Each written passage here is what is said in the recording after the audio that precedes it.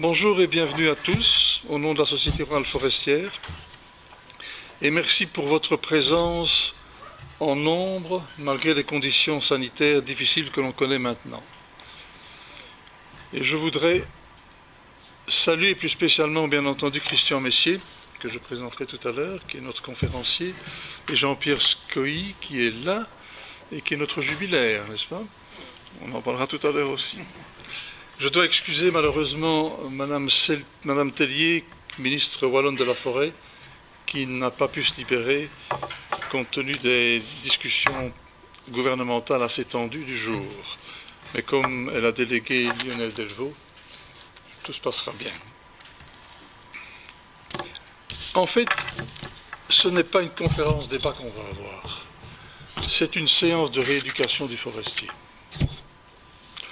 C'est la seconde séance, parce que la première a eu lieu le 4 mai 2018, en présence du roi. Et vous nous avez parlé d'une nouvelle foresterie face aux incertitudes actuelles et futures. Aujourd'hui, au programme de cette seconde séance, il y a plusieurs sujets.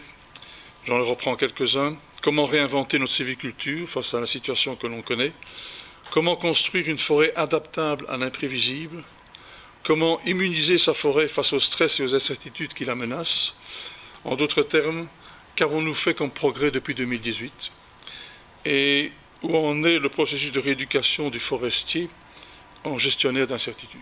C'est vraiment un grand honneur pour moi d'être ici encore une fois. Et je me sens un petit peu stressé parce que je vois qu'il y a beaucoup d'expertise ici devant moi. Donc, ne vous gênez pas, mais je pense que vous n'allez pas vous gêner. Si vous êtes en désaccord avec ce que je dis, s'il vous plaît, dites-le moi, parce que ça va nous permettre d'avoir des discussions plus intéressantes. Donc, je vais essayer de vous montrer une vision peut-être un peu alarmiste de la situation. Mais ce qui est important pour moi, c'est pas juste montrer ce qui est alarmiste, mais essayer de trouver avec vous des solutions. Qu'est-ce qu'on devrait faire aujourd'hui, demain, pour essayer peut-être d'améliorer les choses. Donc, vous avez vu mon titre pour éviter l'effondrement de nos forêts, diversifions nos boisés intelligemment. Et je pense que dans ce titre-là, vous allez trouver les principaux éléments de ma présentation. Et vous allez voir, j'ai changé le titre il y a quelques jours parce que sur la première page de la revue Science de ce mois-ci, un titre quand même assez provocateur, mais c'est Forest Death, la mort de la forêt. Et c'est en lien avec ce qui se passe en Allemagne, mais je pense qu'en Belgique, on a à peu près la même situation. Beaucoup d'arbres qui meurent, de plus en plus de perturbations, de plus en plus de questionnement à savoir l'acquis qu'on a depuis 200 ans, les connaissances qu'on a, les façons de faire. Est-ce qu'on doit continuer dans comment je dirais ça, pour le futur, considérant qu'il y a de plus en plus de perturbations, et Dominique l'a bien dit, de plus en plus d'incertitudes. Et de mon expérience canadienne, quand je parle aux forestiers, habituellement, quand je dis qu'il y a beaucoup d'incertitudes, les forestiers ne sont pas très, je dirais, ne sont pas très capables ou prêts à prendre des décisions avec cette incertitude-là. Leur formation a surtout été de pouvoir prendre des décisions avec un certain niveau de certitude. Donc, ça demande quand même des changements assez importants. Donc, j'aurais pu probablement passer cette diapo-là, mais c'est l'historique de la foresterie. Hein. Une petite animation. La foresterie a été créée plus ou moins au moment de la formation de la Belgique moderne. Il y a eu une évolution. Hein. La foresterie vient de l'agriculture. Lorsqu'on s'est posé la question comment on devrait faire pousser des arbres plus rapidement pour satisfaire à nos besoins, on s'est tourné vers l'agriculture. Donc, on a développé les coupes totales. Après ça, on a développé la coupe partielle. Et vous voyez l'évolution. Et en haut, c'est l'Europe, donc les approches proches de la nature ou pro-sylva, qui sont très, très, je pense, à la mode. Et en Amérique du Nord, c'est ce qu'on appelle l'aménagement écosystémique, parce qu'en Amérique du Nord, on a encore beaucoup de perturbations naturelles et les pratiques forestières ont évolué vers des pratiques qui s'inspirent des perturbations naturelles. Mais dans les deux cas, c'est un peu la même chose. On regarde comment la nature fonctionne, on s'en inspire pour essayer de développer des pratiques qui vont concilier la conservation de la biodiversité avec la production forestière. Donc ça, c'est l'évolution. Et je dirais, jusqu'à tout récemment, on était relativement satisfait de cette évolution-là. On se disait, la nature sait comment fonctionner. Elle a créé des forêts qui ont toujours été très résilientes. Donc, si on s'inspire de la nature, on va pouvoir continuer à avoir des forêts qui sont résilientes. Le problème, et je pense que c'est un problème qui va aller en s'accélérant, c'est que les menaces, les perturbations sont en augmentation. Évidemment, le changement climatique, je vais en parler. Insectes, maladies, fragmentation des forêts. Il y a aussi les pressions énormes d'herbivorie. Je pense qu'ici en Europe, vous avez ça énormément, mais de plus en plus chez nous. On a des forêts dans certaines régions du Québec où il n'y a aucune régénération depuis 10 ans parce que les populations de ce qu'on appelle de chevreuils sont tellement élevées qu'on n'a aucune régénération. Et c'est presque impossible de diminuer la population de ces populations-là parce que les gens les nourrissent et veulent les conserver. Donc ça, c'est des grosses problématiques. Et l'incertitude. Et ça, pour moi, c'est de plus en plus important parce que vous allez voir ici, en fait, j'ai une série de coupures de journaux. Ça, c'est The Guardian aux États-Unis. Tree damaging pests pose devastating threat to 40% of the forest. Ça, c'est il y a quelques années. Donc, en Amérique du Nord, vous en avez peut-être entendu parler, mais on a de plus en plus d'insectes et de maladies qui tuent de plus en plus d'espèces d'arbres. Et dans certains cas, on parle de milliards d'arbres. Il y a le dendroctone du pin qui a tué des milliards de pins sur la côte ouest. Maintenant, sur le côté est, on a la grille du frêne qui est en train de tuer tous les frênes qu'on a dans l'est. Et ça c'est en accéléré. Un article dans le New York Times, Invasive Insects and Disease are killing our forests. Ça, c'était l'année passée. Si je continue, il y a quelques années, Brussels Times, 40% des espèces européennes font face à l'extinction à cause du changement climatique, insectes, maladies. Vous n'en avez pas beaucoup, et si vous en perdez 40%, il ne reste pas grand-chose. Donc, ça, c'est quelques années, Germany Forest on the verge of collapse, et ce que j'ai mentionné tantôt, ah non, il y avait aussi sur la forêt québécoise, évidemment, nous aussi, hein, on n'est pas en reste avec le reste du monde, des articles qui parlent de la forêt menacée et même de l'érable à sucre, parce qu'il y a un insecte, le longicorne asiatique, qui est présent aux États-Unis, qui s'attaque de façon préférentielle aux érables. Et imaginez-vous, si on perd l'érable à sucre, c'est la fin du monde, ou la fin du Canada. Mais peut-être plus inquiétant, c'est ce titre-là dans la revue Science de ce mois-ci, hein? Forest Death.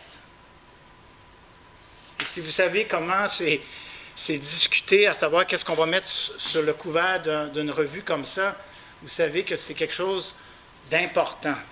Et ça, c'est l'article traite de l'Allemagne, mais je dirais que c'est l'Europe centrale. Les arbres, les forêts sont en train de mourir. Donc, beaucoup d'inquiétudes. Et bon, j'ai parlé de changement climatique.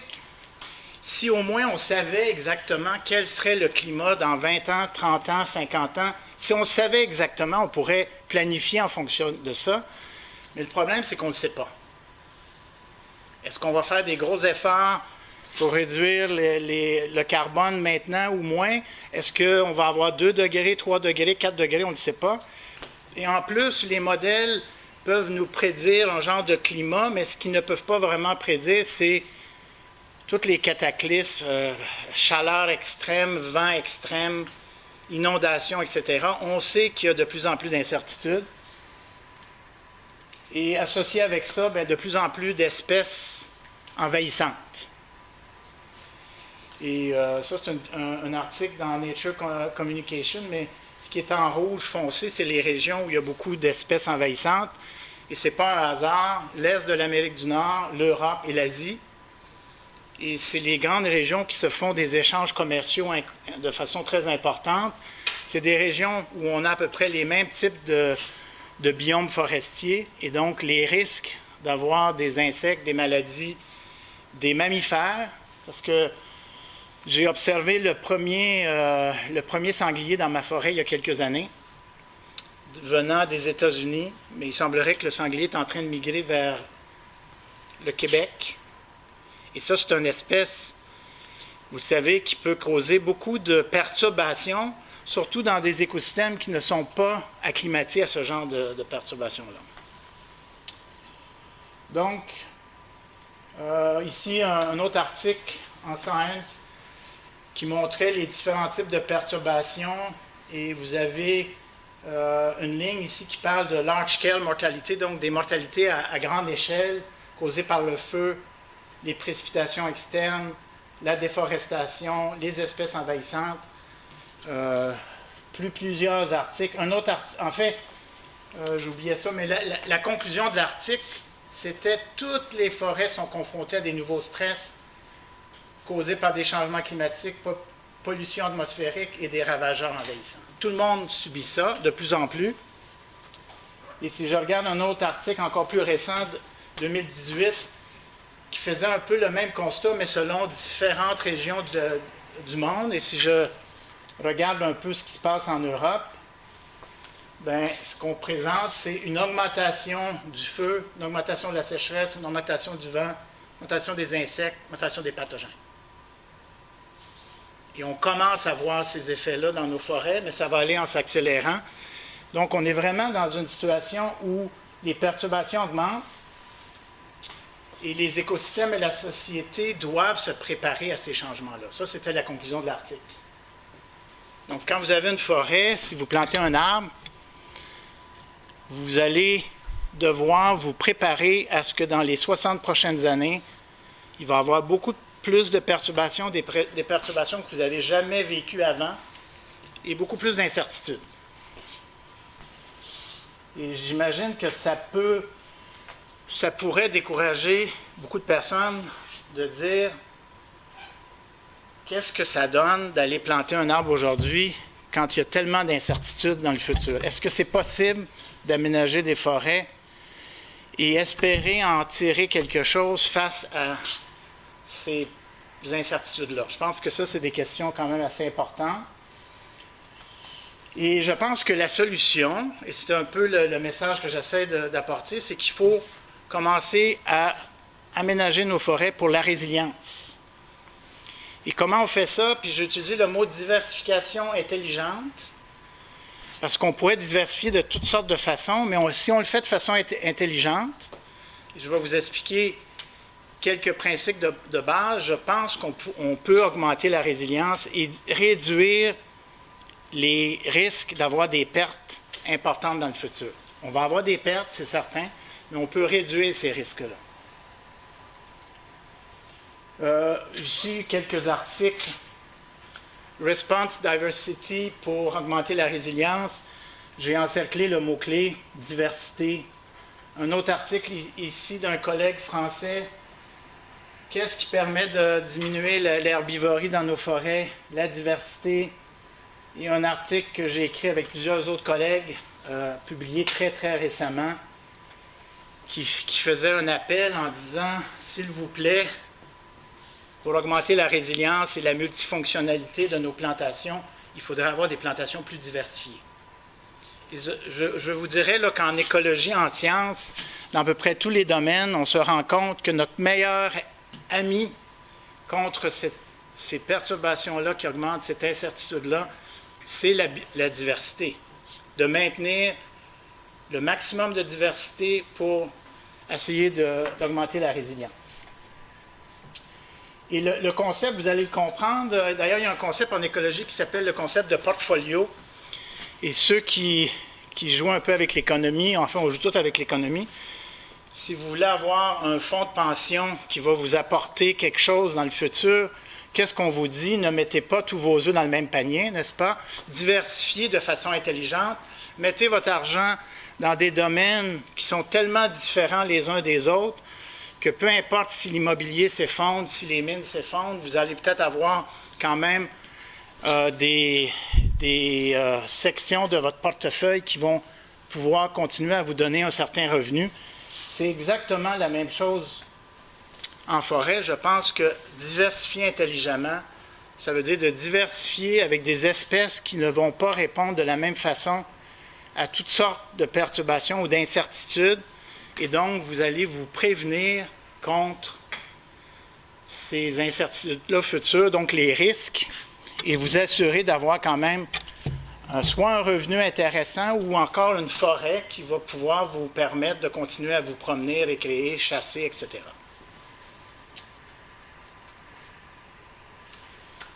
Une des choses intéressantes que j'ai mentionnées lors de ma dernière présentation, c'était, et en fait c'est des collègues en architecture qui m'ont fait réaliser ça, c'est que la foresterie a toujours été fortement influencée par l'industrie du bois.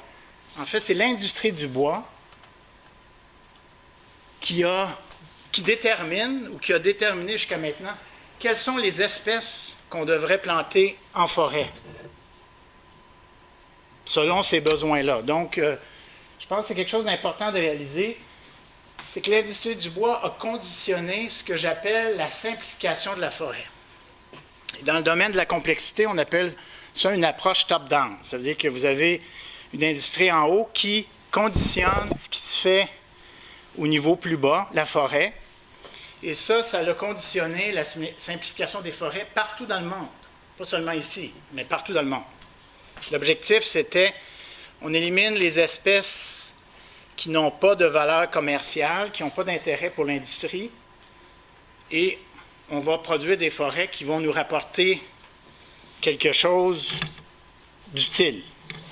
Et ça fonctionnait bien jusqu'au moment où les conditions futures deviennent de plus en plus incertaines. Plus ça devient incertain, moins on peut garantir que les arbres qu'on va planter aujourd'hui vont pouvoir être exploités. Et en plus, ce qu'on voit dans l'industrie, là je vois qu'il y a des gens dans l'industrie, est-ce qu'il y a quelqu'un ici dans l'industrie qui peut me dire quels vont être les besoins de la société dans 40 ans en termes de production de bois ou de matières premières, surtout avec toute ce que j'appelle la bio-ingénierie qui se développe, les nouveaux produits. Et donc, moi je dis qu'il faut inverser cette relation-là. Ce n'est plus l'industrie du bois qui doit dicter ce qu'on fait en forêt, mais plutôt on devrait avoir une forêt la plus résiliente possible et demander à l'industrie du bois de s'adapter à la forêt qu'on va produire. Donc, complètement inverser ce genre de situation-là. Je pense que c'est peut-être un des plus grands défis des années à venir, c'est d'inverser cette situation-là. Donc, à l'avenir, la nécessité d'une forêt résiliente, plus diversifiée, devrait conditionner l'industrie du bois. Donc, au lieu d'avoir une approche top-down, on devrait avoir une approche bottom-up qui est vraiment beaucoup plus typique de systèmes complexes adaptatifs. Puis, je ne vais pas vous donner un cours sur les systèmes complexes adaptatifs, mais c'est quelque chose qui me tient à cœur. Et habituellement, lorsqu'on a un système complexe adaptatif, on a un système beaucoup plus en mesure de s'adapter à toutes sortes de conditions imprévisibles. Donc, Dominique a parlé de la rééducation du forestier. J'aime beaucoup ce terme-là. Juste vous dire que jusqu'aux années 90, moi, je suis ingénieur forestier. J'ai eu mon diplôme en 84 et j'avais été formé avec l'idée qu'il faut éduquer la forêt pour produire du bois. Et tout ça a changé en 90. Et j'aime ça poser la question comme prof, qu'est-ce qui s'est passé en 90 pour nous dire qu'il faudrait changer? Est-ce quelqu'un qui peut me dire qu'est-ce qui s'est passé en 90? Comment? Non.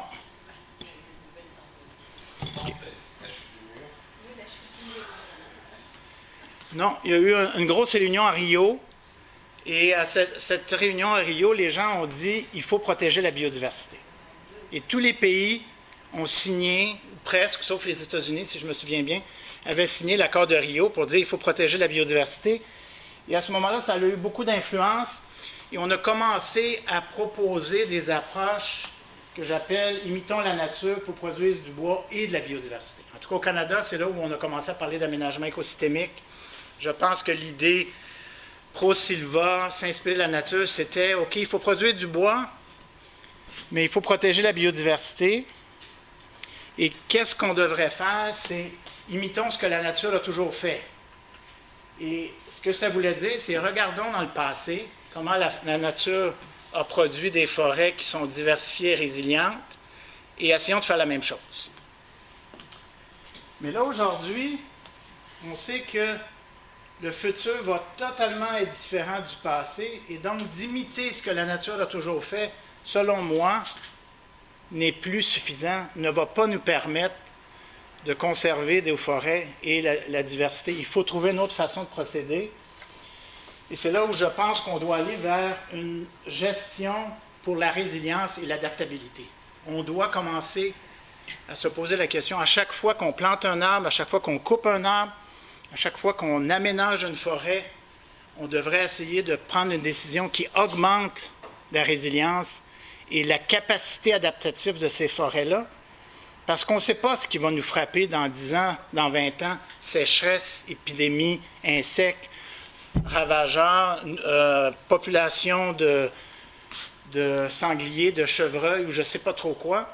Et la meilleure protection, c'est d'avoir une forêt diversifiée avec des espèces qui ont des réponses à différents types de stress très différentes pour s'assurer que peu importe ce qui va arriver, il va y avoir des espèces qui vont pouvoir continuer à pousser et à survivre. Donc, c'est un peu ça la...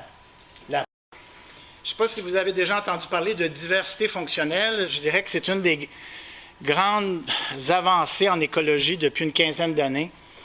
On savait qu'il y avait une diversité génétique, on savait qu'il y avait une diversité des espèces.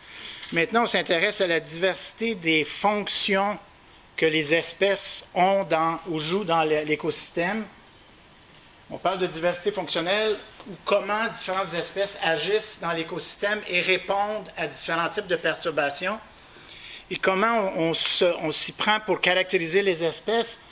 On utilise ce qu'on appelle des traits fonctionnels, des traits qu'on peut mesurer facilement, qui sont reliés à des fonctions importantes au niveau d'un arbre.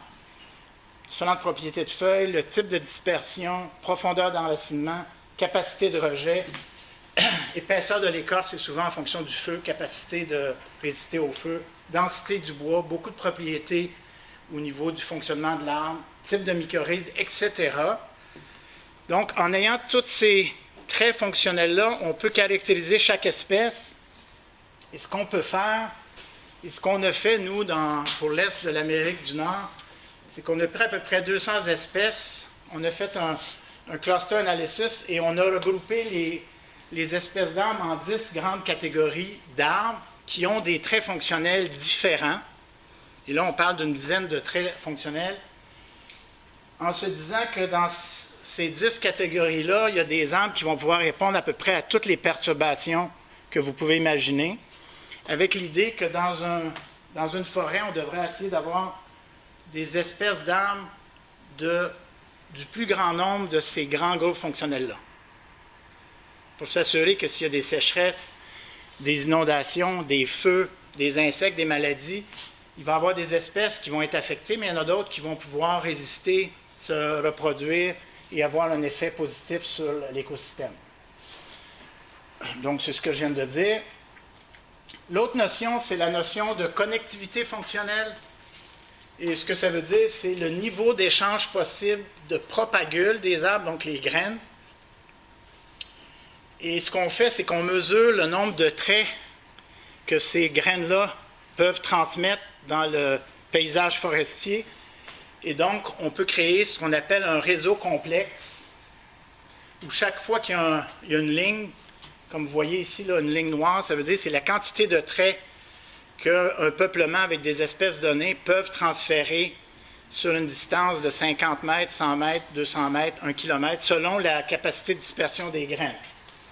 Et ça, je ne vais pas expliquer ces concepts-là trop en détail, mais juste vous donner un exemple. Vous avez ici, par exemple, typiquement une forêt dispersée, fragmentée avec l'agriculture, la ville.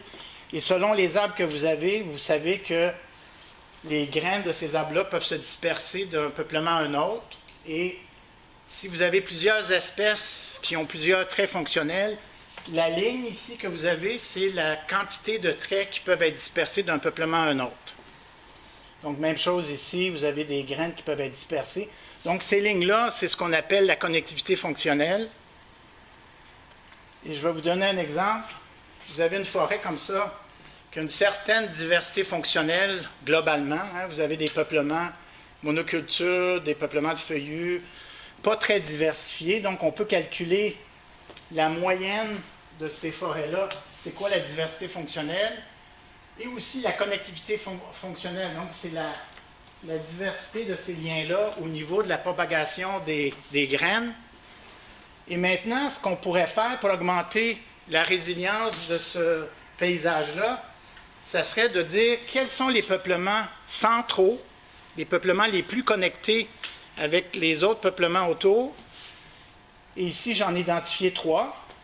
Donc ça, c'est 3 peuplements qui sont quand même assez centraux.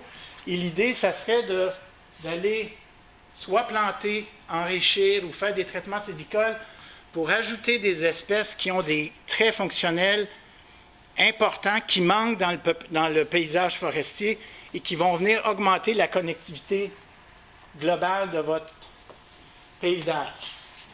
Donc, vous faites des interventions dans ces 3 peuplements-là et vous augmentez la diversité des traits fonctionnels, vous augmentez le nombre ou la capacité de graines qui peuvent se disperser dans les différents peuplements, et donc vous allez augmenter à la fois la diversité fonctionnelle, mais ce qui est plus important, c'est la connectivité fonctionnelle. Et souvent, et Dominique, tu en as parlé, souvent je parle de vaccination de la forêt. On vaccine un paysage forestier en ajoutant des espèces qui ont des traits fonctionnels importants, qui manquent dans votre écosystème, et en les plaçant de façon stratégique sur le paysage, grâce à la capacité naturelle de dispersion des graines, vous venez immuniser un grand paysage forestier pour à peu près toutes les perturbations qui peuvent se produire. Parce que là, vous avez des espèces d'arbres qui peuvent tolérer ou répondre à peu près toutes les perturbations que vous voulez. Je vais vous donner un exemple, j'ai presque terminé. Ça, c'est un territoire au nord de Montréal, dans la vallée du Saint-Laurent, qui ressemble, je pense, un peu à la région wallonne. Beaucoup d'agriculture, avec des forêts qui sont dispersées au sein d'une matrice agricole. Donc, ce qu'on a fait, on a utilisé les données de ces forêts-là et on a créé, chaque point, c'est un peuplement. Chaque ligne, c'est la connectivité fonctionnelle, donc c'est la capacité qu'ont ces peuplements-là de disperser des graines d'un peuplement à un autre. Et on peut voir dans ce réseau-là quels sont les peuplements qui sont reliés. Ceux qui ne sont pas reliés, ça veut dire qu'il n'y a soit pas assez d'espèces ou les espèces qui sont présentes ont une faible capacité de dispersion. Et en regardant ce paysage-là, si on voulait intervenir au niveau de l'aménagement, on pourrait déterminer quelles sont les régions où on peut intervenir en faisant des plantations, que j'ai mis mix, donc de différents mélanges d'espèces, des endroits où on peut faire de l'enrichissement suite à des coupes partielles, ou même en faisant une sylviculture pour augmenter la diversité fonctionnelle. Et on n'a pas besoin d'aller traiter tous les peuplements de ce paysage-là en traitant un certain nombre de peuplements centraux et en regardant la capacité de dispersion des espèces qu'on a mis dans ces peuplements-là, on peut voir qu'on va couvrir une grande partie du paysage et ce faisant, on va augmenter la connectivité fonctionnelle. Vous avez vu, il y a beaucoup plus de liens. Et donc, ce peuplement-là, en faisant quelques interventions clés, devient beaucoup plus résilient à peu près toutes sortes de perturbations, puisqu'on a ajouté des espèces qui peuvent répondre à toutes sortes de perturbations qui existent. Feu, température extrême, inondations, maladies, etc. Excusez-moi. Donc, c'est très vite. C'est des concepts assez importants. Je regarde Jean-François, là, mais c'est quand même des concepts assez, comment je dirais ça, difficiles souvent à saisir. Mais j'ai 3 messages ici, puis on va ouvrir la discussion, mais je pense ce qui est clair, c'est que la forêt est menacée par les changements climatiques, la fragmentation, les insectes, les maladies, l'herbivorie. Hein, il y a beaucoup de facteurs, ça c'est clair.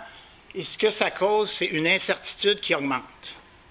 On ne peut plus aujourd'hui planter, aménager une forêt comme avant en se disant, dans 60 ans, on sait ce qu'on va récolter, on sait quelles vont être les perturbations futures, on n'en a aucune idée. On sait qu'il va en avoir plus et on sait que l'incertitude va augmenter.